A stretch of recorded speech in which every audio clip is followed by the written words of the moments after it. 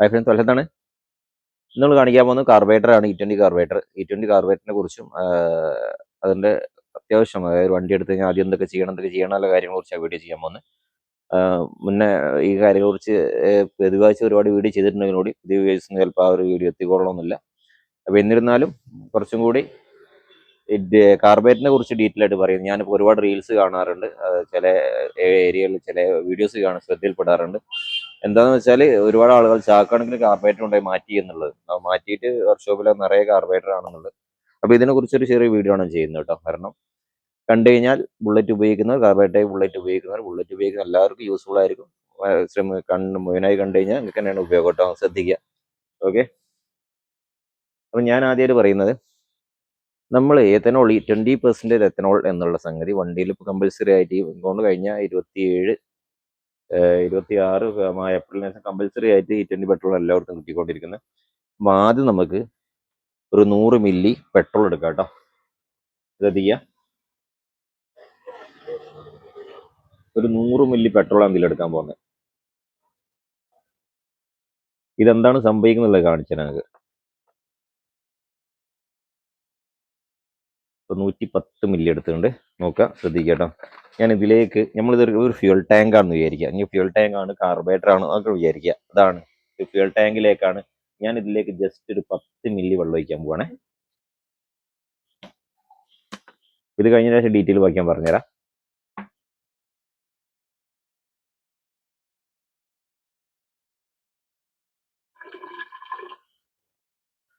Okay, ഒരു 10 milli വെള്ളം ഒഴിച്ചു. 110ലേക്ക് 10 മില്ലി വെള്ളമാണ് ഒഴിച്ചത്. അപ്പോൾ സാധാരണ നമ്മൾ വണ്ടിയിൽ ഫ്യൂൽ ടാങ്കാണ്, ടാങ്ക് ഷേക്കാവും, ഷേക്കായിട്ടേ വണ്ടി ഓടുള്ളൂ. അപ്പം ഇങ്ങനെ ഇളക്കം സംഭവിച്ചൊക്കെ വെള്ളമായി കഴിഞ്ഞാൽ അങ്ങോട്ട് തുളുമ്പിയിട്ട് സാധാരണ ഇങ്ങനെ രീതിയിലാണ് വണ്ടി ഓടുക. അപ്പോൾ ഇതിങ്ങനെയാണ് വെച്ചു. ഓക്കെ, അപ്പോൾ 10 മില്ലി വെള്ളമാണ് അതിൽ ഉണ്ടാവാൻ നോക്കണം. അതായത് E20ൻ്റെ ഏറ്റവും വലിയ നെഗറ്റീവായിട്ടുള്ള വിഷയം വെള്ളത്തെ പെട്ടെന്ന് ആഗിരണം ചെയ്യുന്നുള്ളതാണ്, അബ്സോർബ് ചെയ്യുന്നുള്ളത്. ഇത് രണ്ടും കൂടി കൂടിയിട്ട് ഒന്നായിട്ട് കളിക്കും. അവിടെ അത് സംഭവിക്കാൻ പോകുന്നത് നോക്കുക കേട്ടോ. ഈ 10 മില്ലി ഉള്ള ശരിക്ക് 30 മില്ലിയിലേക്കാണ് മാറും. കണ്ടില്ലേ കളർ? എത്തനോൾ സെപ്പറേറ്റ് ആയി, പെട്രോൾ വേറെ കടന്നു. നമ്മൾ ഫ്യൂൽ ടാങ്കിൽ സംഭവിക്കാൻ പോകുന്നത് തന്നെയാണ്. വെള്ളം താഴെ കടന്നിട്ട് വണ്ടി നിർത്തിയിരുന്ന സമയത്ത് വെള്ളം കയറി കഴിഞ്ഞാൽ മാത്രമേ ഈ വിഷയമുള്ളൂ ഈ പെട്രോളിൽ. അപ്പോൾ നമ്മൾ എന്ത് ശ്രദ്ധിക്കണം? ആദ്യം തന്നെ നമ്മൾ ബുള്ളറ്റിൻ്റെ ഫ്യൂൽ ടാങ്കിൻ്റെ വാട്ടർ പിന്നെ ഒഴിഞ്ഞു പോകുന്നൊരു ഹോള്, ആ ഹോള് കുത്തി കൊടുത്ത് ഹോൾ ഓപ്പൺ ചെയ്യുക എന്നുള്ളതാണ്.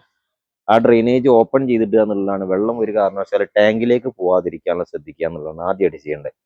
പിന്നെ ശ്രദ്ധിക്കേണ്ട ഫ്യൂൽ, മഴക്കാലമാണ്, ഫ്യൂൽ അടിക്കുന്ന സമയത്ത് നമ്മൾ വെള്ളം കെട്ടിക്കിടന്ന ഏരിയയിൽ, അതായത് താഴ്ന്ന പ്രദേശങ്ങൾ വെള്ളങ്ങളൊക്കെ കെട്ടിക്കിടന്ന് ഡ്രെയിനേജിലൊക്കെ വെള്ളം കെട്ടിക്കിടന്ന് നല്ലത് ഉള്ള ഭാഗങ്ങളിൽ നിന്നൊക്കെ പെട്രോൾ അടിക്കാതൊക്കെയാണ് എനിക്ക് പറയുള്ളത്. കാരണം എങ്ങനെയായാലും വാട്ടർ കണ്ടമിനേഷൻ ഉള്ളിലേക്ക് എത്തിയിട്ട് ആ ഒരു വെള്ളം, ചില പെട്രോളിലൊക്കെ കൂടുതലായിട്ട് വെള്ളവും എത്തനോളും കൂടുതലായിട്ട് ടാങ്കിൽ കയറുന്ന വിഷയങ്ങളൊക്കെ സംഭവിക്കാറുണ്ട്. അങ്ങനത്തെ ആളുകളൊക്കെ വെട്ടുമുതൽ പണി കിട്ടണം. അപ്പം ആ ഒരു കാര്യം ശ്രദ്ധിക്കുക. ഫ്യൂൽ പമ്പ്, പെട്രോൾ എപ്പോഴും നല്ല തിരക്കുള്ള, പെട്ടെന്ന് പെട്രോൾ അടിച്ച് ഇങ്ങനെ പോകുന്ന സ്ഥലങ്ങളിൽ മാത്രം പെട്രോൾ അടിക്കാൻ നോക്കുക. പിന്നെ രണ്ടാമത് ശ്രദ്ധിക്കാനുള്ള കാര്യം എന്ന് പറഞ്ഞാൽ, ഫ്യൂൽ ടാങ്കിൽ നിന്ന് അൺലോഡ് ചെയ്യുന്ന സമയത്ത്, ടാങ്കറിൽ നിന്ന് അൺലോഡ് ചെയ്യുന്ന സമയത്തും ഫ്യൂൽ അടിക്കാതൊക്കെ കേട്ടോ. ഈ ഒരു കാര്യം നമുക്ക് ശ്രദ്ധിക്കാനുള്ളൂ. മെയിൻ ഒന്ന് ശ്രദ്ധിക്കാനുള്ള കാര്യം അതാണ്. പിന്നെ ഇതൊരു BS3 കാർബറേറ്ററാണ്. ഞാൻ കാണിക്കാൻ പോകുന്നത് ഒരു BS3 പഴയ മോഡൽ BS3 കാർബറേറ്ററാണിത്. അപ്പം നമ്മളിത് മാറ്റണം എന്നുള്ളതാണ്. ഞാൻ പറഞ്ഞ വീഡിയോയിൽ കാണിച്ചു.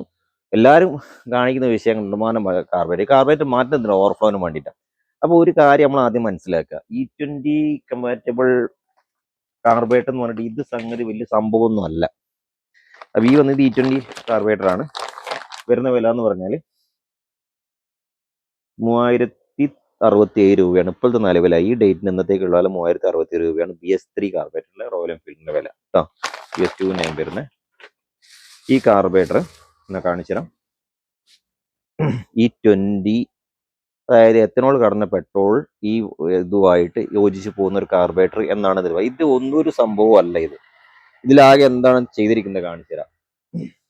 പിന്നെ എല്ലാവരും E20 കാർബറേറ്റർ എന്ന് പറഞ്ഞാൽ E20 കാർബറേറ്റർ കൺവേർട്ട് ചെയ്യേണ്ടി വരും. E20 കാർബറേറ്റർ കൺവേർട്ടേണ്ട കാര്യമൊന്നുമില്ല കേട്ടോ. നിലവിൽ വണ്ടി നല്ല രീതിയിൽ ഓടുന്നുണ്ട്, വലിയ വിഷയം ഓടുന്നത് E20 കാർബറേറ്ററിന്റെ യാതൊരു ആവശ്യമില്ല. ഇതെങ്ങനെ ഇട്ടേക്കുക. പിന്നെ രണ്ടാമത് ശ്രദ്ധിക്കാനുള്ള കാര്യം ഞാൻ പറയാം. ഇതിൽ എന്താണ് ഡിഫറൻസ് കാണിച്ചു തരാം കേട്ടോ.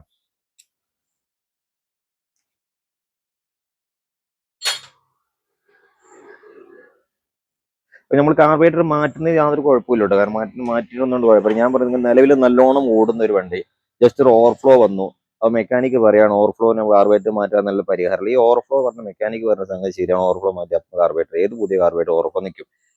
ഒരു 2 ആഴ്ച കഴിഞ്ഞ് ഒരാഴ്ച വണ്ടി 2 ദിവസം എല്ലാം നിർത്തിയ വണ്ടിയാണ്, വീണ്ടും ഓവർഫ്ലോ വരും. എന്താ കാരണം ഞാൻ കാണിച്ച് പറഞ്ഞുതരാം. ഇത് കണ്ട, ഇതിന്റെ ഓറിങ്സ്, ഈ ഓറിങ്സ് എത്തനോളും ആയിട്ടുള്ള ആ ഒരു യോജിച്ച് പോകുന്ന രീതിയിലുള്ള ഓറിങ്സ് ആണ്. എത്തനോൾ ഈ ഓറിങ്സ് റബ്ബറിന് കംപ്ലൈന്റ് ആക്കില്ല, എത്തനോൾ റെസിസ്റ്റൻസ് ആണ് എന്നുള്ളതാണ് ഇതിന് പ്രത്യേകിച്ച് ഇതിന്റെ ഒരു പ്രശ്നം പറയുന്നത്, ഇതിന്റെ ഓറിങ്സ്.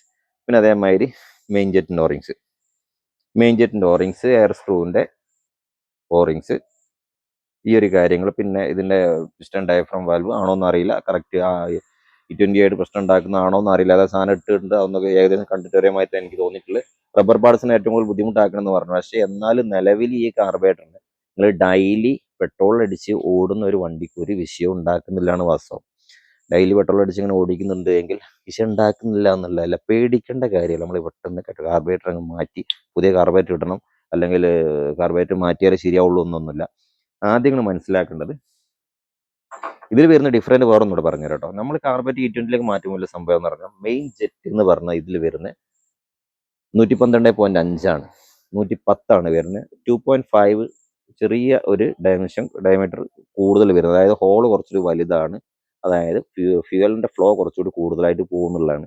അത് മെയിൻ പൈലറ്റ് ജെറ്റ് ആണെന്നുണ്ടെങ്കിൽ വരുന്ന 15, മറ്റേ 12.5 12.5 14 വരുന്നുണ്ട് കേട്ടോ. അപ്പം ഈ ഒരു സംഗതി ശ്രദ്ധിക്കുക. ഈ ഒരു സംഗതി എന്ന് പറഞ്ഞാൽ ഇതിന്റെ ഹോള് വലുതായതുകൊണ്ട് താരതമ്യേന ഫ്യൂൽ കൺസപ്ഷൻ കൂടും, മൈലേജ് താരതമ്യേന എന്തായാലും കുറയും. കാരണം പെട്രോൾ കൂടുതലായിട്ട് ചിലവാക്കുകയാണ് സാധനം. ഫ്രീ ആയിട്ട് ഫ്ലോ ആയിട്ട് ചെറിയ രീതിയിൽ എന്തായാലും മാറ്റം വരും.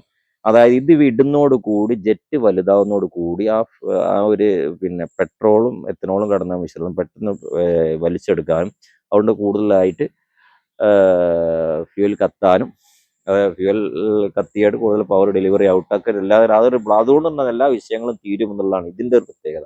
പക്ഷെ അതുകൊണ്ട് തന്നെ നമ്മൾ താരതമ്യേന മൈലേജ് കുറയുന്നുള്ള കാര്യം അതൊരു സംശയമാണ്. ഈ E20 കാർബറേറ്റർ ഇട്ടാൽ എന്തായാലും ജെറ്റ് സൈസ് കൂടുമ്പം ഏതൊരാൾക്കും പണിയെടുത്ത് എല്ലാവർക്കും അറിയാം, ജെറ്റ് സൈസ് കൂടുന്ന സമയം എന്താ സംഭവിക്കുക എന്ന് വെച്ചാൽ മൈലേജ് കൂടും, അല്ല മൈലേജ് കുറയും, പെർഫോമൻസ് ചെറിയത് വർദ്ധിക്കും. ജെറ്റ് സൈസ് കുറയുമ്പോൾ മൈലേജ് കുറയും, പെർഫോമൻസ് ചെറിയത് കുറയും.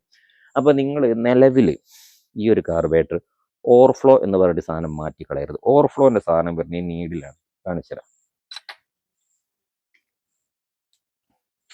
ഇതൊക്കെ ഞാൻ ഒരു പുതിയ കാർബറേറ്റർ എടുത്ത് അയച്ചിട്ട് കാണിച്ചു തരുന്നത് കേട്ടോ. നീ ഇത് മനസ്സിലാവുള്ളൂ. ഇത് നമ്മൾ ഒരുപാട് വീഡിയോ കാണുന്ന കാർബറേറ്റർ മാറ്റുന്ന നിങ്ങൾ കാർബറേറ്റർ മാറ്റിയ പ്രശ്നം തീരുന്നുണ്ടോ? 1 2 ആഴ്ച ഒരു മാസം കഴിയുമ്പോൾ തീരും, ആ പ്രശ്നം വീണ്ടും തിരിച്ചു വരില്ലേ ചെയ്യുന്നത്. അതെങ്ങനെ എന്തുകൊണ്ടാണ് വരുന്നത്? കണ്ടോ, ഈ നീഡിലാണ്. ഇത് നോക്കട്ടോ, ഈ നീഡിലാണ് പ്രശ്നക്കാരൻ വരുന്നത്. ഈ നീഡിൽ പഴയ നീഡിൽ തന്നെ നമുക്ക് കിട്ടുന്നത്. ഇതിൽ യാതൊരു മാറ്റം വന്നിട്ടില്ലെന്ന് എനിക്ക് തോന്നുന്നു കേട്ടോ. അങ്ങനെ ഉണ്ടോന്നില്ല എനിക്കറിയില്ല, കാഴ്ചയിൽ എനിക്ക് യാതൊരു മാറ്റം തോന്നുന്നില്ല. അപ്പൊ ഈ നീഡില് നമ്മൾ ഫ്യൂവല് നോക്കുക, ഫ്യൂവൽ ഇതിലൂടെയാണ് കടന്നു വരുന്നത്. ഇതിലൂടെ ഫ്യൂവൽ കടന്നു വരുമ്പോൾ ഇത് കണ്ടോ, ഇതിലൂടെ ഫ്യൂവൽ കടന്നു വരുന്ന സമയത്ത് ഈ ഒരു ഫ്ലോട്ട് പെട്രോൾ കുറയുമ്പോൾ ഫ്ലോട്ട് താന്ന് കൊടുക്കും, പെട്രോൾ ഫുള്ളായിട്ട് വരും. ഈ ഫ്ലോട്ട് പൊങ്ങുന്ന സമയത്ത് ഈ നീഡിൽ ക്ലോസ് ആവും. അങ്ങനെ പിന്നെ പെട്രോൾ വരില്ല. അപ്പം സമ്പ് നിറയുന്ന സമയത്ത് ഇതിൽ ഈ കൂടുതൽ നിറഞ്ഞു കഴിഞ്ഞാൽ ആണ് ഇതിപ്പോൾ ഈ ലെവലിൽ മാത്രമേ സമ്പിന്റെ ഈ ലെവലിൽ മാത്രമേ പെട്രോൾ നോക്കുള്ളൂ. അപ്പോൾ ഇത് ക്ലോസ് ആയി പോകും. ഇത് ക്ലോസ് ആയി ഇതിലും കൂടുതൽ പെട്രോൾ വരുന്ന സമയത്ത് ഈ നീഡിലൂടെയാണ് നമുക്ക് പെട്രോൾ ഓവർഫ്ലോ ആയിട്ട് പോയിക്കൊണ്ടിരിക്കുന്നത്. അപ്പം ഇതിന് കാരണക്കാരെന്ന് പറഞ്ഞാൽ ഒന്നുകിൽ ഈ നീഡില് തേയ്മാനം വരണം. ഈ നീഡിലിന് റബ്ബർ പാർട്സ് ആണ്, ചെറിയൊരു റബ്ബറിന്റെ പാർട്സ് ആണ് വരുന്നത്.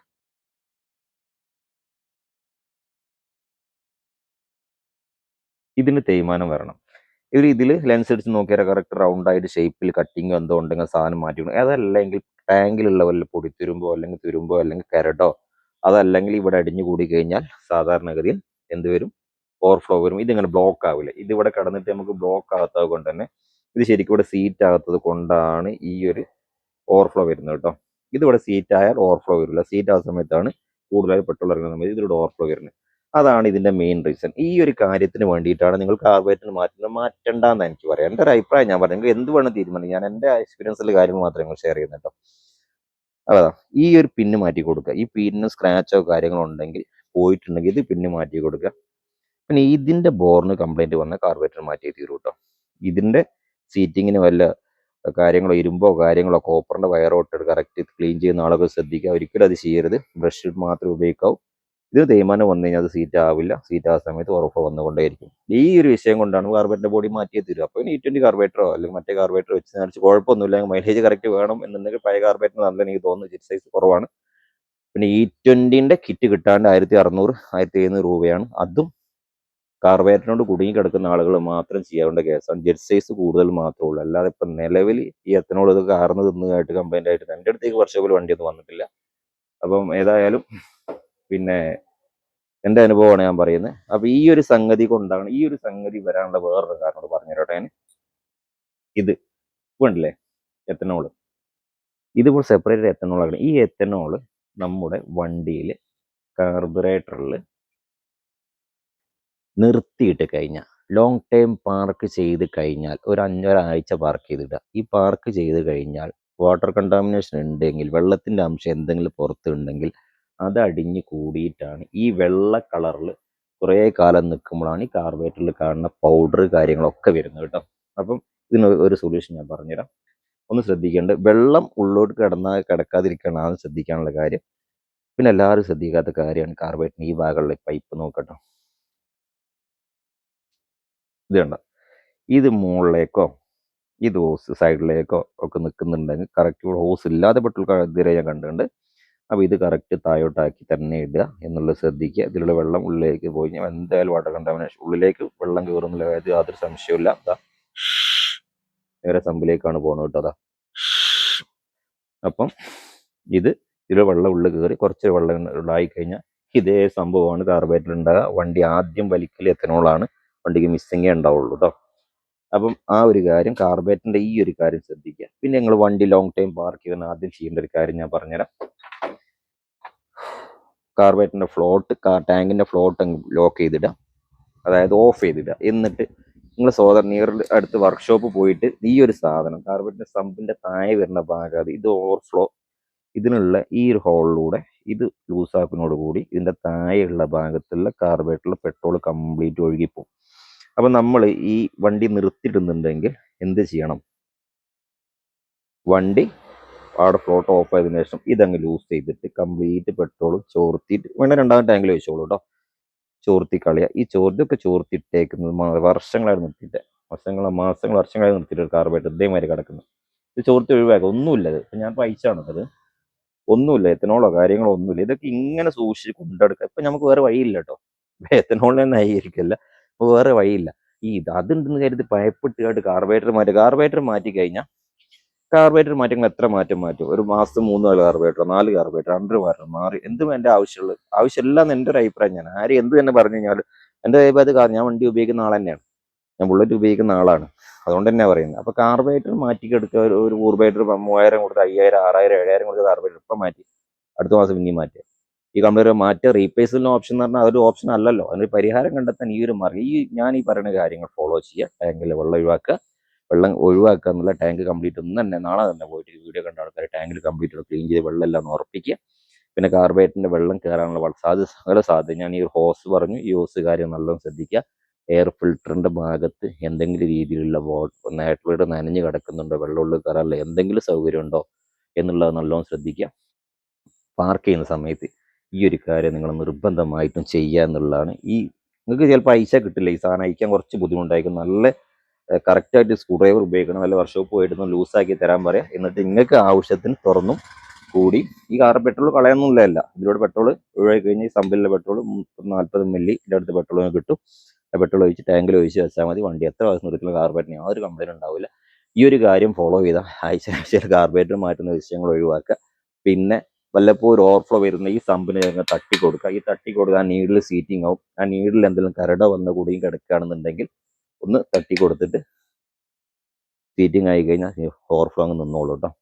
അപ്പോൾ ഇത് കുറച്ച് തുറന്നിട്ടതിന് ശേഷം ഫ്യൂലും ഒന്ന് തുറന്നിടുക, ഇതും തുറന്നിടുക. ഫ്യൂവൽ തുറന്നിടുക, ഇതും തുറന്നിടുക. ഇതിലൊന്ന് പെട്രോൾ കളക്ട് ചെയ്യുക, എന്നുവെച്ചാൽ ഇങ്ങനെ ഷെയ്ക്ക് ചെയ്ത് കൊടുത്തു കഴിഞ്ഞാൽ ഈ കരടോ മറ്റോ അടങ്ങിയിട്ടുള്ള ചെറിയ ഡസ്റ്റ് ഒക്കെയാണ് ആ നീഡിൽ അടങ്ങി കിടക്കുന്നതെങ്കിൽ ആ കാർബറേറ്റർ ഓവർഫ്ലോ അതോടൊപ്പം എന്നിട്ട് ക്ലോസ് ചെയ്തിട്ട് വണ്ടി ഓടിക്കുക. ഇതാണ് ചെയ്യേണ്ടത്. ഇത്രയേ ഉള്ളൂ വിഷയം. അപ്പോൾ വീഡിയോ കംപ്ലീറ്റ് ലെങ്ത് 1-2 കാര്യങ്ങൾ പറയുന്നുണ്ടായിരുന്നു. വേറെ പുതിയ വണ്ടി എടുക്കുന്നത് എന്തൊക്കെ ചെയ്യണം, എന്തൊക്കെ ചെയ്യണം, അല്ലെങ്കിൽ പുതിയ വണ്ടി എടുത്ത് എന്ത് ചെയ്യണം, എന്ത് ചെയ്യാൻ പാടില്ല, വണ്ടി എടുത്ത ഉടനെ വർക്ക്ഷോപ്പ് പോയിട്ട് എന്തൊക്കെ പറയാൻ പാടില്ല, എന്തൊക്കെ പറയണം എന്നുള്ള അടുത്ത വീഡിയോയിൽ നമുക്ക് കവർ ചെയ്ത് തരാം. അതിനെക്കുറിച്ച് വീഡിയോ അടുത്ത നാളെ മറ്റന്നാൾ അപ്ലോഡ് ചെയ്ത് തരാം. ഇപ്പോഴത്തെ ഏറ്റവും വലിയ വിഷയം മഴക്കാലമാണ്. നിങ്ങൾ ഈ ഒരു കാര്യം ഫോളോ ചെയ്താൽ നിലവിലുള്ള കാർബറേറ്റർ കൊണ്ട് തന്നെ ഒരു കാർബറേറ്റർ മാറ്റാതെ നിങ്ങൾ ഓടിച്ചു കൊണ്ടുകൊടുക്കാവുന്നേ ഉള്ളൂ കേട്ടോ. ഇനി E20 കിറ്റ് വേണ്ട, E20 കാർബറേറ്റർ വേണ്ട, ഒന്നും വേണ്ട. ഇനി കംപ്ലീറ്റ് ബുദ്ധിമുട്ടാണോ, E20 കാർബറേറ്ററൊക്കെ മാറാറായിട്ട് മാറ്റാവുന്നതാണ്. അല്ലാതെ നിങ്ങൾ നല്ല കാർബറേറ്റർ മാറ്റിയിട്ട് കുറച്ച് പൈസ കളയണ്ട എന്ന് എനിക്ക് പറയാനുള്ളൂ. കുറച്ച് വീഡിയോ കാണാം. Thanks for watching.